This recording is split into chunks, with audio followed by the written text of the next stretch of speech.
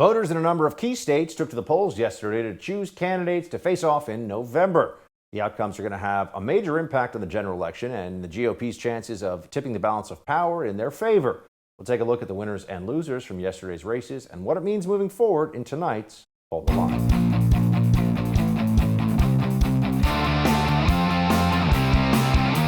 Welcome to Hold the Line. I'm Buck Sexton. Big primary day. Some very important races determined on the GOP side that will obviously have major implications for how we're going to do going into the midterm elections. Let's start with one that is, just the state of Arizona overall. And you got to put this in the context of Biden won this thing last time around? Really? A lot of people were questioning that one big time. And there were concerns about voter integrity, as we know. There's been a lot of back and forth over that issue. Arizona should be and is a red state if everything goes according to the way it's supposed to. And we need good candidates to make sure that happens. Well, let's start with the gubernatorial race there. The Arizona GOP gubernatorial race is, I believe, as I go to air right now, still not, is it formally decided, guys? Because it wasn't, not yet, right? Okay. Kari Lake is at 46% over Corinne Taylor Robson at 44%. This is not formally called yet. Now, Kari Lake, whom I know and have interviewed numerous times on radio, she has already declared that she's going to win. She says there is no viable path for her opponent. Now, this is interesting because Kari Lake is a Trump-backed candidate, a very MAGA, very hawkish on the border candidate. She spent years and years doing media in Arizona as a news anchor, so she understands how to deal with the lib media. And she's a name that's already getting some national level recognition. But obviously statewide, Corinne Taylor Robson did pretty well. So we'll see how this one shakes out. But if it is Kari Lake, that would be, as with the Trump endorsement behind her, she'll be formidable going into the governor's general election. Now, there is a declared winner in the Arizona Senate GOP primary. In this case, you had three solid candidates. Honestly, you had a good group here. Mark Brnovich, who we've had on this show, he's the Attorney General of the state of Arizona, and a smart guy, a competent guy, strong on the border. Jim Layman, big business guy, has done very well for himself, self-made, multi-millionaire, competent fellow as well. But Blake Masters, the youngest of the bunch, political newcomer, formerly a part of Peter Thiel's Thiel Capital, so he's a venture capitalist, young guy, and 39%. Convincing victory for Blake Masters in that Senate GOP primary. Blake Masters had this to say about it. Watch. But it's decisive at this point. We did it.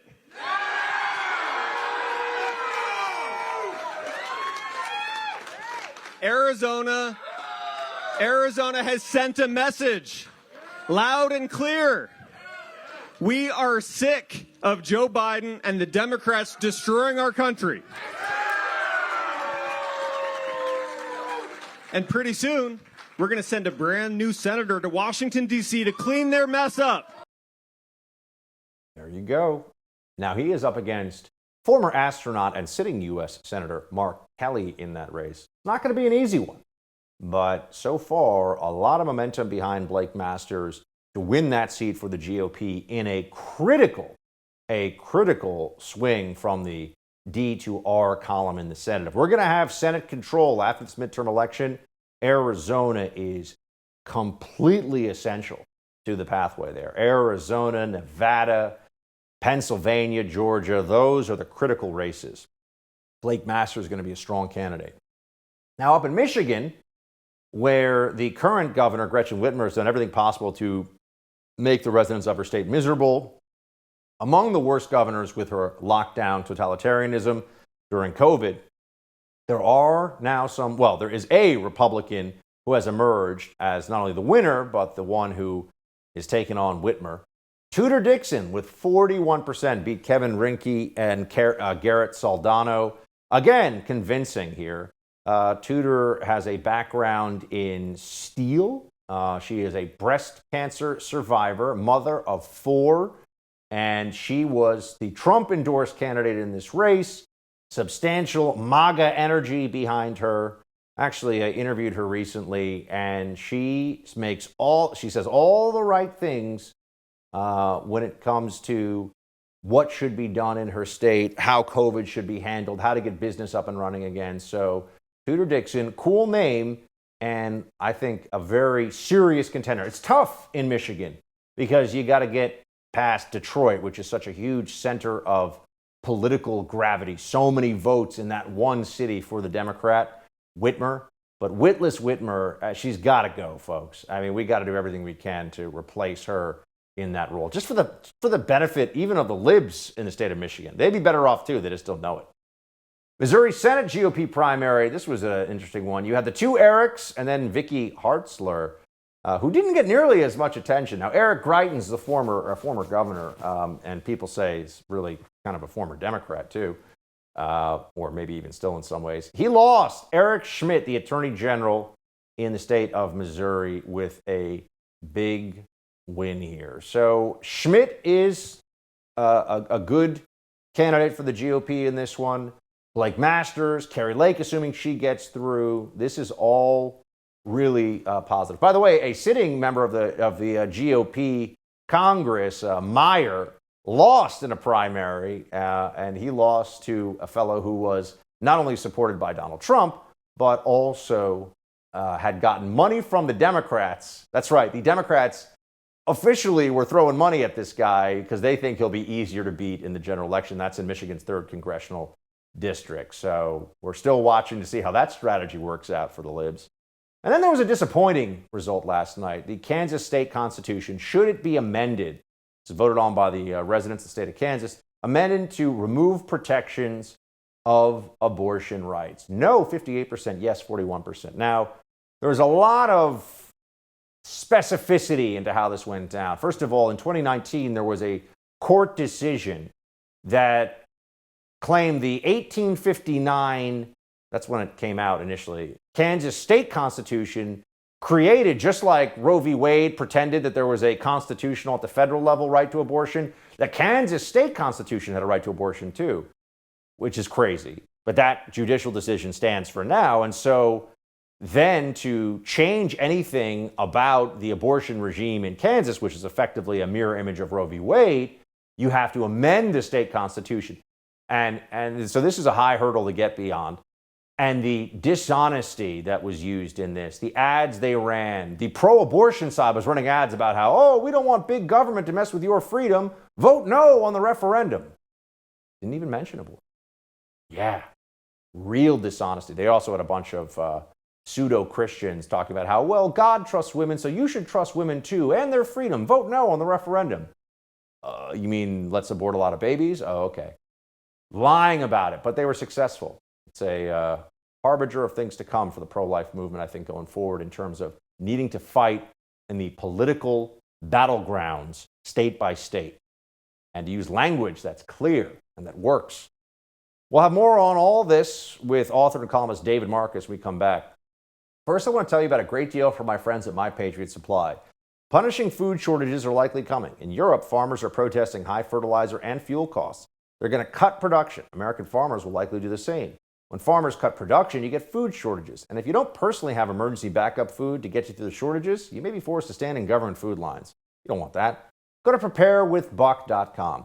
You'll find a special offer where you'll save $150 on a 3-month supply of emergency food from My Patriot Supply. Each kit has enough food for 3 solid months per person, providing over 2,000 calories a day to keep your energy up. These kits last up to 25 years in storage. Go to preparewithbuck.com today. Save $150 on each 3-month kit you require. They ship free too, by the way. Food shortages could be coming soon. No doubt about it. Go to preparewithbuck.com. That's preparewithbuck.com. We'll be right back.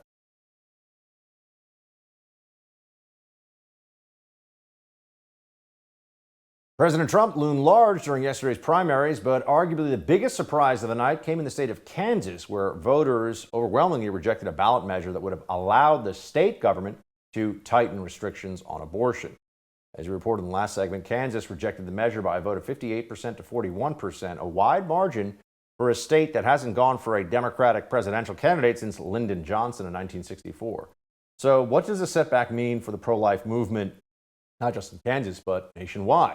here to give his perspective. Author and columnist David Marcus. David, thanks so much. Thanks for having me.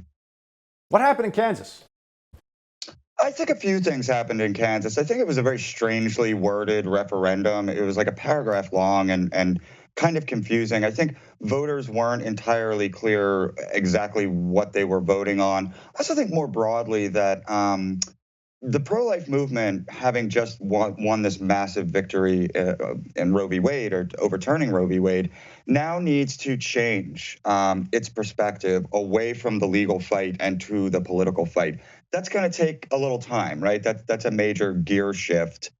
So look, I think this was a setback. I don't think it's a huge setback.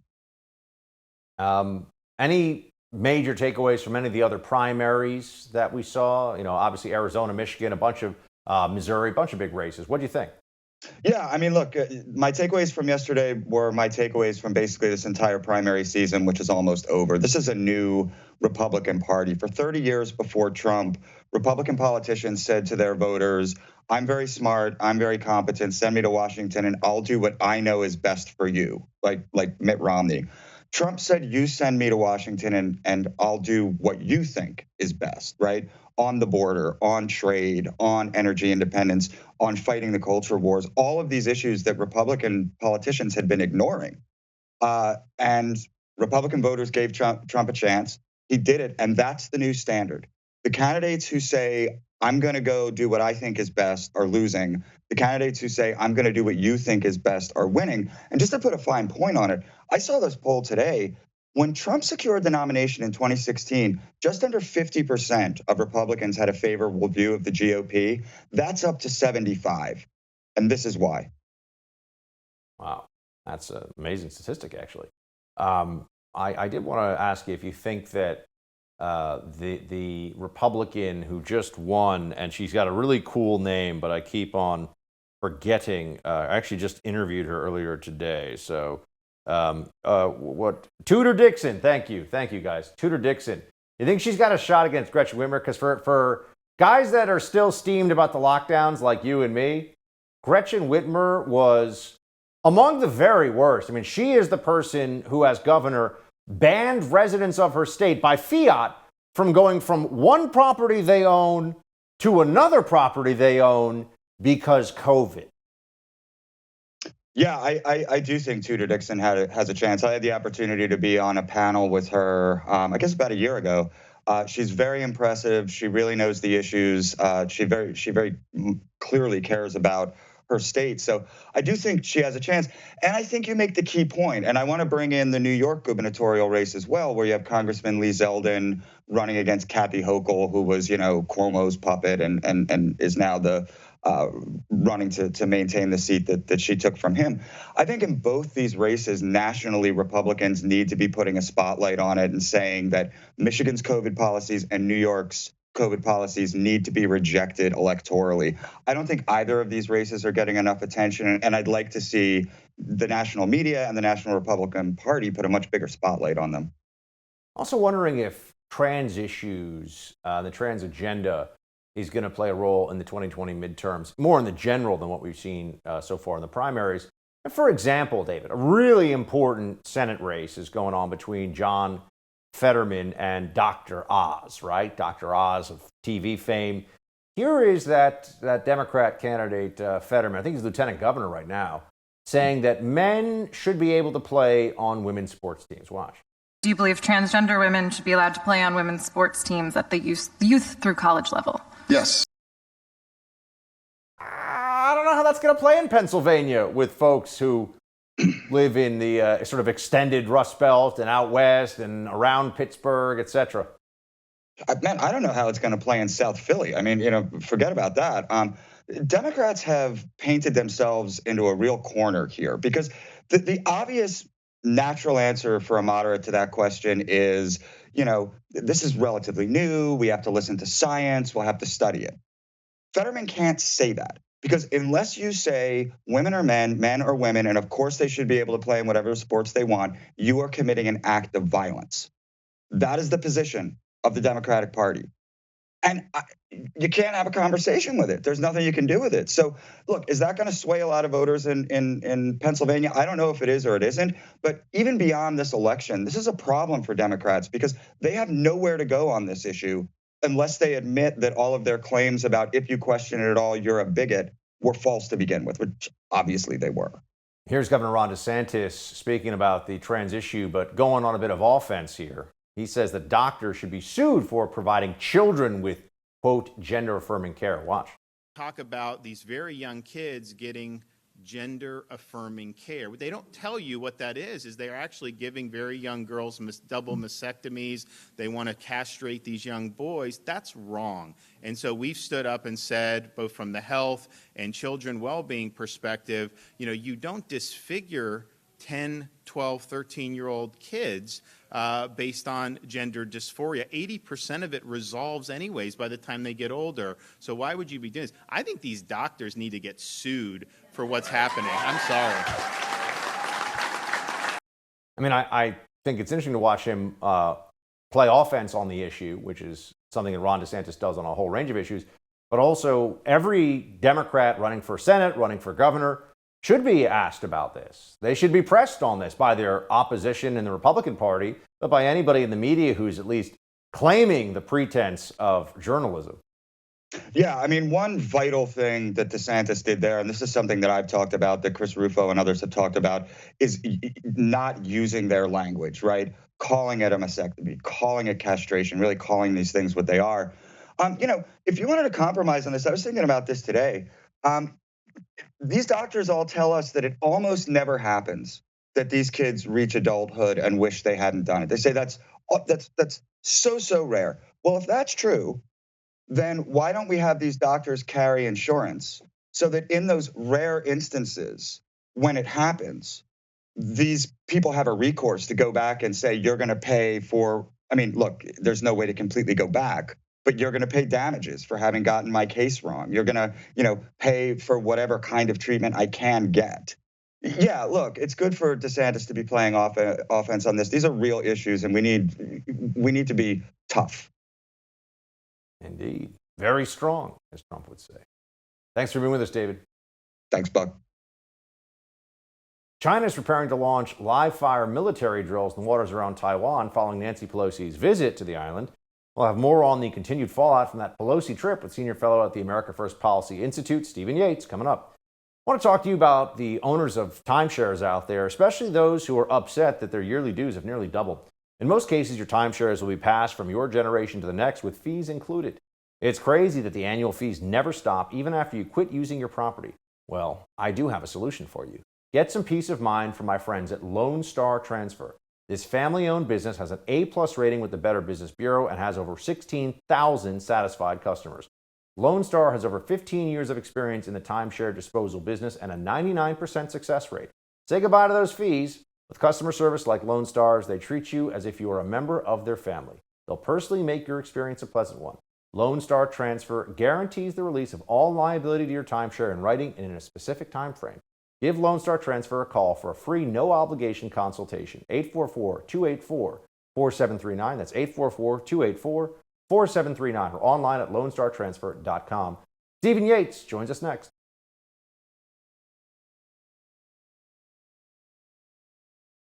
And now more than ever, America's solidarity with Taiwan is crucial, and that is the message we are bringing here today. We will not abandon our commitment to Taiwan.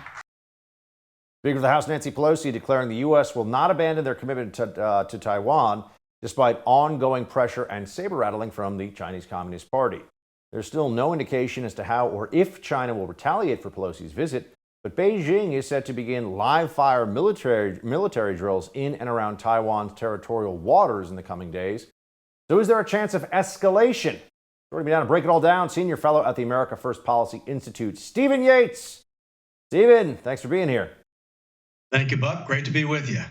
So just what is your sense of how things are going in Pelosi +1 here, 1 day past the visit to Taiwan that was getting so much attention? Is this essentially playing out as you'd expect, or are there any surprises?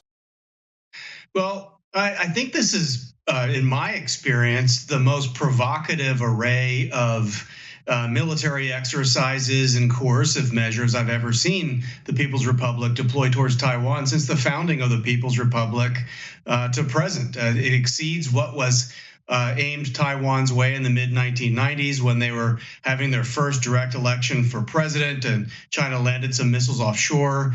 The landing zones this time completely encircle Taiwan in very, very close proximity to their two major commercial ports, one in the north, one in the south. So we're in at least a very high hot season for coercive measures. So it does increase risk of miscalculation. The open question of when this will draw down. But really, I think it's a pretty important wake-up call because the United States really can't afford to back away from its commitment to Taiwan. We need the semiconductors. We're overwhelmingly dependent upon Taiwan until we can come up with another path. Live fire drills, how big a deal are these? Well, they can interrupt commercial traffic. Like I said, those two major ports are among the busiest in the world.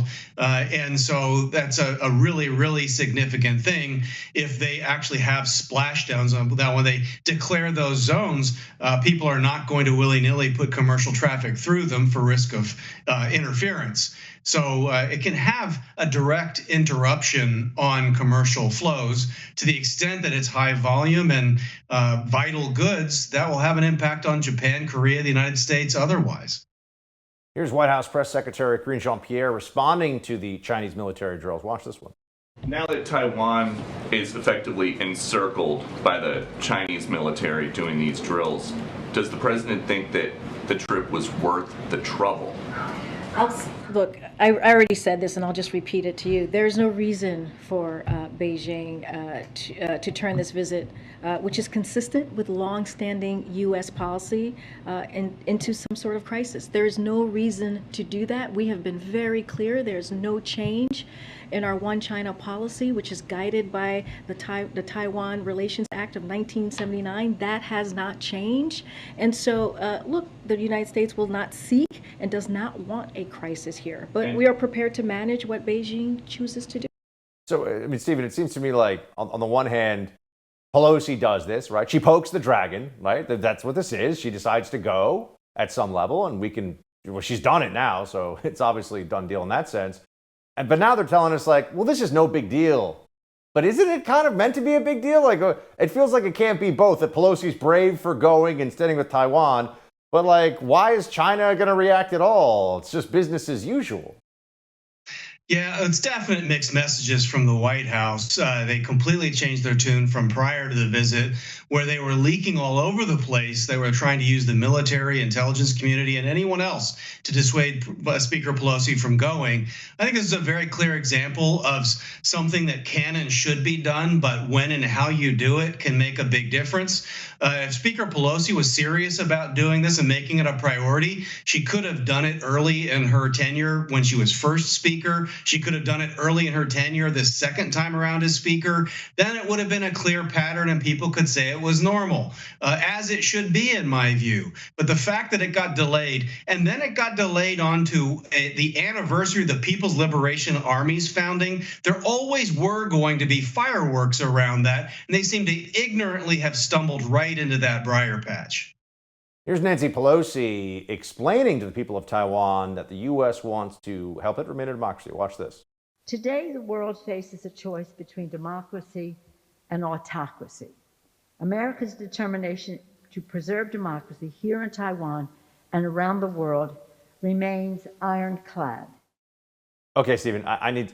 So you got the White House saying that we're still on board with the One China policy, but you got the Speaker of the House saying that our devotion to democracy with respect to Taiwan is ironclad. Which is it? Well, President Biden and Speaker Pelosi have not been singing from the same song sheet for a long time. And the fact that Speaker Pelosi pushed this trip this way very much is at odds with where the Biden White House was seeking to go with China. On balance, looking historically, I think Pelosi is closer to where the United States should be than Biden. The one China policy is a fantasy that is very much un-American and anti-democratic in my view. I think we should have less ambiguity, more clarity about the realities of this situation. China has never, ever had a government out of Beijing to govern a single day over the Taiwan people or Taiwan territory. And we shouldn't be basing American policy on that fiction. However, many presidents and previous leaders of the United States have done so. And so we need to get out of that mire. Pelosi pushed in that direction, I think, in a very clunky way and in somewhat a risky way. But as I say, she was doing some of the right things, just kind of in the wrong way at the wrong time. And then back to the issue of the response from China. Here's the foreign minister of the People's Republic. I mean, it's kind of funny we call it that, of course. Wang Yi gave a statement on Pelosi's visit. Under the guise of democracy, the U.S. is violating China's sovereignty.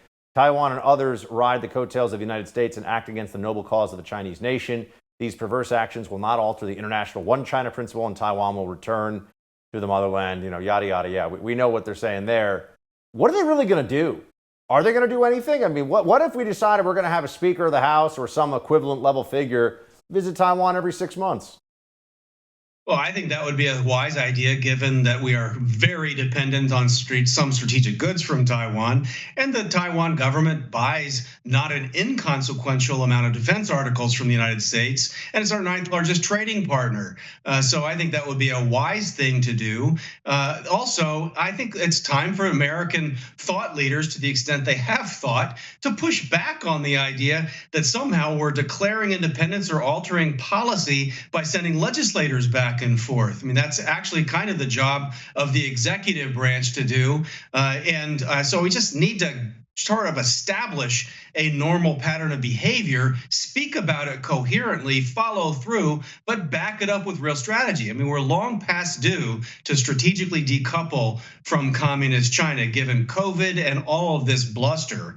So Pelosi, in some ways, has pushed this issue, and maybe it's time for people to step back and recalibrate. Stephen, should we move beyond the strategic ambiguity policy? Unquestionably, in my view, I think ambiguity only serves Beijing. They are unambiguous about what they intend to do, and it happens to be violent and anti-America. There we go. Stephen, always appreciate it. Thanks for being with us. My pleasure. Thank you, Buck. Brittney Griner may see the light of day soon after the Biden administration offered to exchange the NBA star for a notorious Russian arms dealer. But is it a fair swap? We'll have more on that with iHeartRadio host Zen Sams coming up. First, I want to introduce you to one of my new favorite companies, Sweatblock. Sweatblock's wipes are a total game changer. I mean, do you sweat a lot? Like an embarrassing amount? Maybe you sweat a lot when it's hot outside or just when you're nervous or whatever reason. Well, Sweatblock's products are doctor-created and doctor-recommended to stop that excessive sweating. They even have a dry shirt guarantee. If Sweatblock doesn't keep you dry, you get your money back. And the Sweatblock wipes are practical too. One use works for up to 7 days. This is a must-have product for your toiletry bag. They've been featured and tested on the Rachel Ray Show by actual firefighters and have been a bestseller on Amazon for the past 10 years. Try it risk-free today. Wear what you want to wear and stop worrying about sweating through your shirt. If you order through their website, you can get 20% off when you use my promo code. Go to sweatblock.com and use promo code BUCK for 20% off. Sweat less, live more. Zen Sam's up next. Stay with us.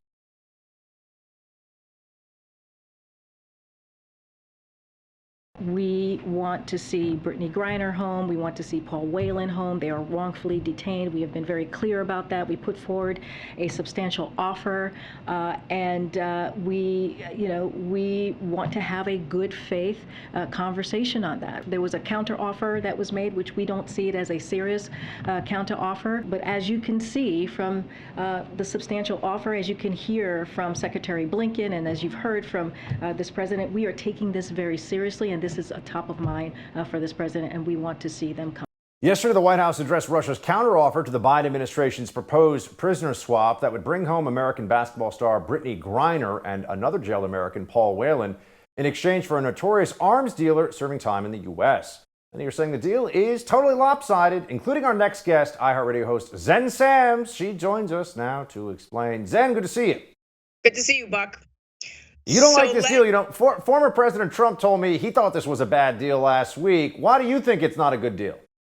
Well, it's a bad deal all around. But let's go back to last week when the Senate passed a non-binding resolution urging Secretary of State Antony Blinken to label Russia, right, as a state sponsor of terrorism. And Ukrainian president, of course, urged the U.S. to adopt the designation.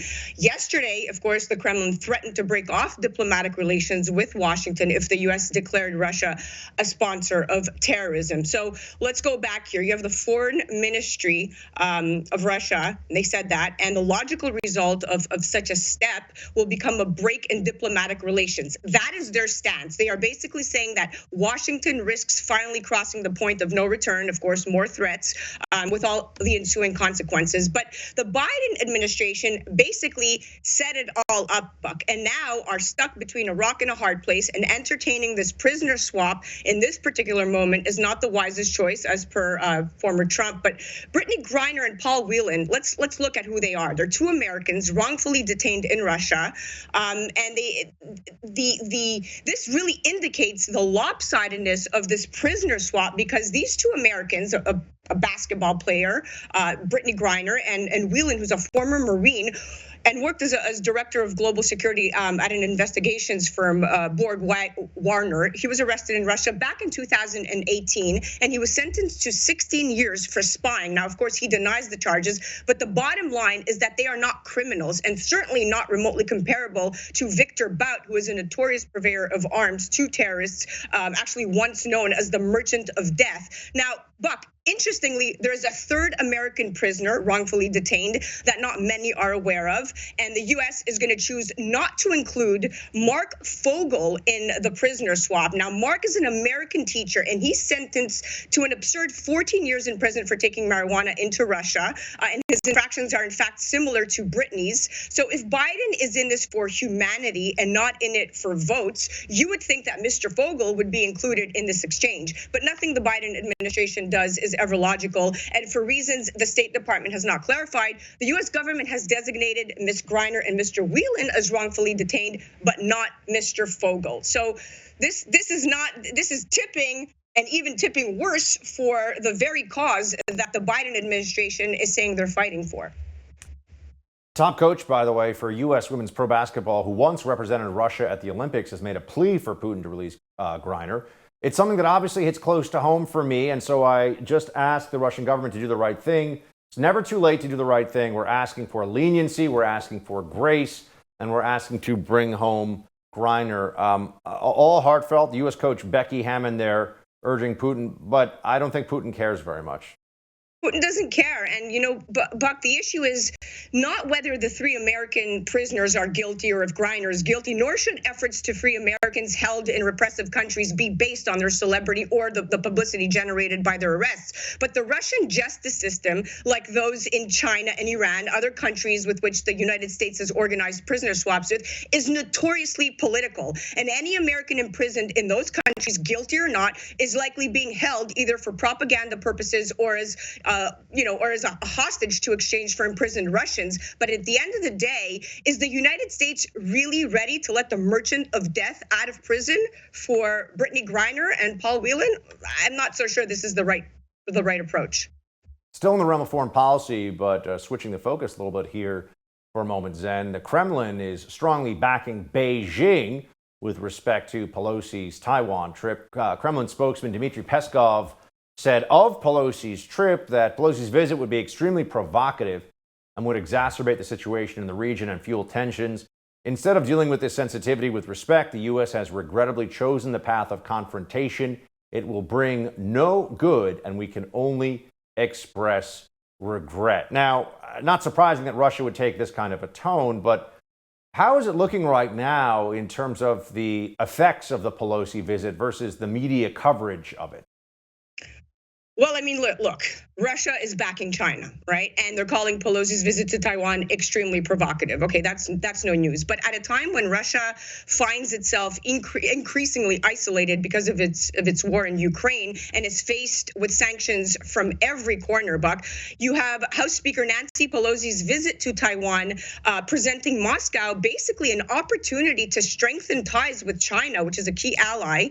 And the Kremlin, they didn't pass up the chance to comment on this. They called Pelosi's trip extremely provocative, as you said, but they added that this is going to exacerbate the situation in the region and fuel tensions. Now, China, this is interesting, which considers self-ruled Taiwan part of its territory, has expressed the intention to eventually seek reunification, right? So we already know that their final intentions are to claim back that territory. But the U.S. maintains that the State Department calls what they call a robust, unofficial relationship with Taiwan.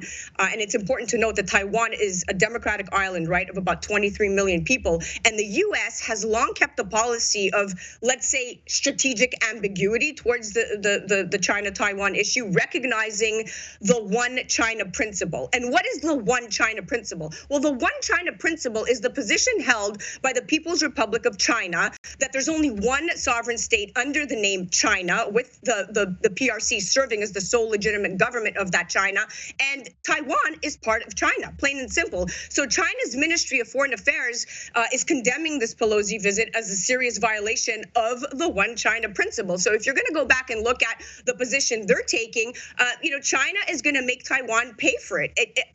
Listen, I just hope it doesn't play out into another Russia-Ukraine war, because we have already seen furious Beijing retaliate. They consider Taiwan a sovereign territory, and they're fiercely opposing this trip. And now they've already started the live fire drills and the missile tests in the region. They suspended Taiwanese imports of citrus fruit and horse mackerel, Buck, and those are vital to the economy and really the exports of sand. And that's the big crippling one. They started to sanction exports of sand. So that's vital for the construction industry on the island. And then further, we had a massive cyber attack that researchers linked the Chinese hacktivists, so to speak, also briefly down the Taiwanese presidential office website. And still, Pelosi was unapologetic, and she basically is saying that, the world faces a choice between democracy and autocracy. But what about what you just instigated? What about what you just started? Because we have yet to see the effects of this trip, and it's not going to be nice. Zen, thanks for the perspective. Good to see you. Thank you, Buck. Wannabe robber tries to hold up a convenience store, but is met with an 80-year-old standing his ground, practicing his Second Amendment rights. Yeah, that's right. We'll talk about that and more in Quick Hits up next.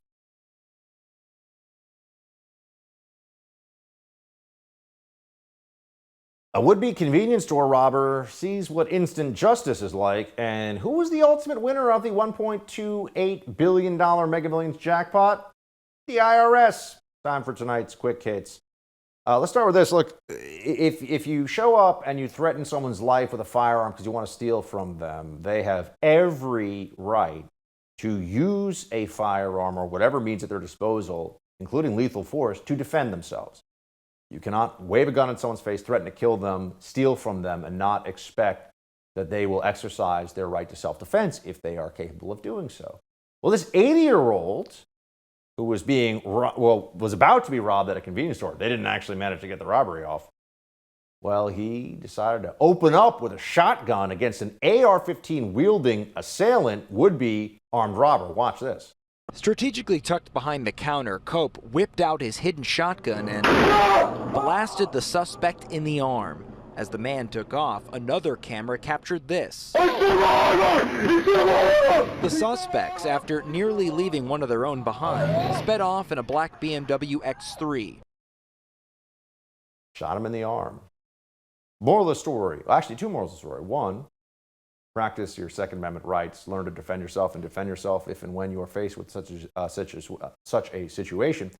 Also, don't rob people. Don't rob people. Wrong. Bad. You might get shot too. This was quite a tweet. The winner of the $1.28 billion lottery is going to get, according to Forbes, $433 million after taxes. So congrats to the IRS, this account said. I can't read it from here, but on winning $846 million. Just a reminder, folks, man, the government takes its cut, and its cut is big. Its cut is a big chunk. It's not just like a little bit. It's not a little nibble around the edges. It's more than half in a situation like this. Taking a lot of cash from folks. So, yeah, the IRS. And don't forget that the Manchin-Schumer bill that's trying to get finished right now, they're trying to push it through, would expand the IRS and demands the IRS takes about $120 billion from the taxpayer, additionally to what they're already paying. In case you feel like you're not getting taxed enough, remember, the Democrats' answer to their crappy economic policies is let's just audit more people. Let's just put people through more audits, more sleepless nights, more anxiety dealing with the tax man who's already just taking a massive tax code that no person who isn't steeped in their profession of being a CPA, being a tax advisor or a professional accountant is going to know how to do. It's just crazy. Karine Jean-Pierre, she is a constitutional scholar. Did you know this? She's not, but she weighs in on the Constitution. The results are not good. Watch. From day one, when the Supreme Court made this extreme decision to take away a constitutional right, it was an unconstitutional action by them, a right that was around for almost 50 years, a right that women had to make a decision on their bodies and how they want to start their families. It's not unconstitutional. It's very much constitutional. This is what the Supreme Court does. They look at things and they decide whether or not other decisions in the past were in fact in keeping with the Constitution. So to call it unconstitutional, to call what they did unconstitutional doesn't really make any sense from a process standpoint. And then on the actual legal merits, no intelligent, honest person thinks that there's a right to abortion in the Constitution ratified in the late 18th century by the American colonies. And then, yeah, I don't think so. Then, of course, the state. Joe Rogan reacts to the Biden administration changing the definition of a recession. Watch this one. People would think that it's trivial because they are talking about this economic downturn, but it's not trivial because we've always used that term recession. And we've always used that term to define whether or not the economic policies that are currently in place and whether or not the management and the government has done a good job of making sure that the economy stays in a good place. They definitely haven't done that. So in order to escape that, that sort of distinction, they're literally changing the definition, which is terrible, and it should be pushed back against in a big way. It should be something that people get angry about. Like, hey, you're with definitions in order to pretend that you're doing a good job. Yep. That's it for tonight's Hold the Line. The No Spin News with Bill O'Reilly is next. Fields High.